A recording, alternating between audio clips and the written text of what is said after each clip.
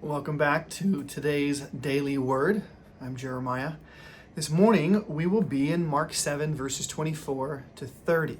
Mark 7, 24 to 30, if you want to turn there with me.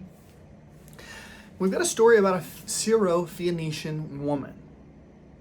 And I want to show you 4 features of saving faith from this story. 4 features of saving faith from this story. We'll start in verse 24.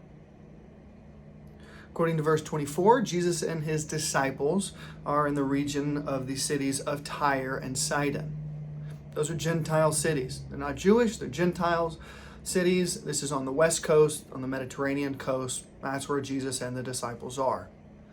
Well, Jesus didn't come for public ministry. It said he didn't really want anyone to know he was there. He kind of came in secret. Likely it's because he was trying to emphasize personal time with the disciples and instructing them. Well, notwithstanding his efforts to remain secret, this Syro-Phoenician lady found out he was there. Maybe she saw him, recognized him, and she comes to him. But it's not just any lady. It's not just any Syro-Phoenician lady. No, it's a desperate lady. Mark says that this lady's daughter has an unclean spirit. She's got a demon. So this lady has a little girl who's possessed by a demon, and who knows what kind of evil, perverse, wicked things this demon has done through this little girl. So we've got a desperate, desperate lady coming here, because that would have been devastating for a mother to have a demon-possessed daughter. It would have been just devastating for this mother. So she comes to Jesus. Now, Mark also tells us that she is a Gentile, a Syro-Phoenician. Now, we know that that makes her Roman. And given that she would then be Roman, she would also have been steeped in Roman paganism. This lady's not a Jew. She didn't grow up hearing about the one true God. She grew up hearing about the idols of Rome. And so she is a total pagan through and through. Not only that, but of course she was a woman, which would have been a strike against her in the eyes of the Jews. She's a woman, unattractive. She has a demon-possessed daughter, unattractive. She's a Syro-Phoenician. She's a Roman, a Gentile, a pagan to boot, unattractive. This is not, in the eyes of the Jews, an ideal candidate for ministry. But yet, as we'll see, she has faith. Verse 26 says she kept asking Jesus, kept asking him to cast out the demon. Well, apparently, this lady had found no help anywhere else for her child. Probably she went to the pagan priest. They couldn't help her. She had probably prayed to the idols. They couldn't help her. And so she's desperate. She's got no options. Nobody can help her. She's got this demon-possessed daughter, and she's desperate. And that's the first feature of saving faith is it's desperate. It recognizes I got no options but Jesus. Nobody can help me. He must be able to help me. So true saving faith is a desperate faith. Second, it's also persistent. Notice that she kept asking Jesus.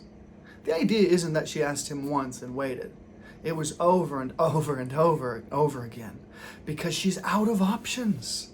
And so she is persistently asking him, begging him, requesting him to heal her daughter. Persistent faith, true saving faith, which is persistent, it won't be denied, won't be turned away, won't be dismissed. It must succeed. And so it comes back again and again and again. It keeps knocking, keeps knocking, keeps knocking, keeps asking, because true saving faith is persistent. And that's this woman. Look at Jesus' response. He basically says, I can't help you. Sorry. And he does that by giving an analogy. He says you don't give the children's food to dogs. Now, lest you think, that's a little bit harsh, a little bit cold, you should know that Jesus isn't being mean to her.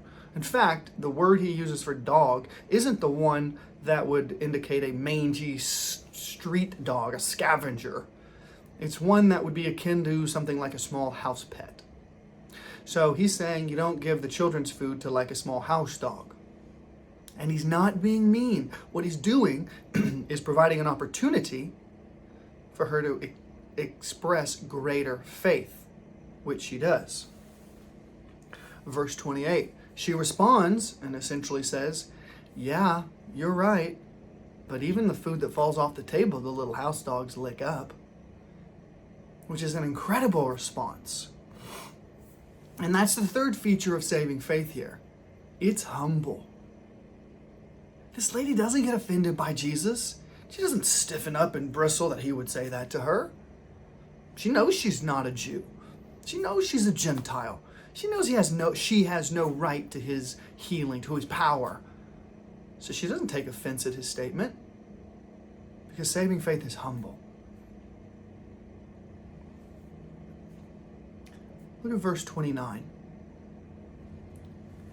Jesus, in effect, says, because of your faith, you can go.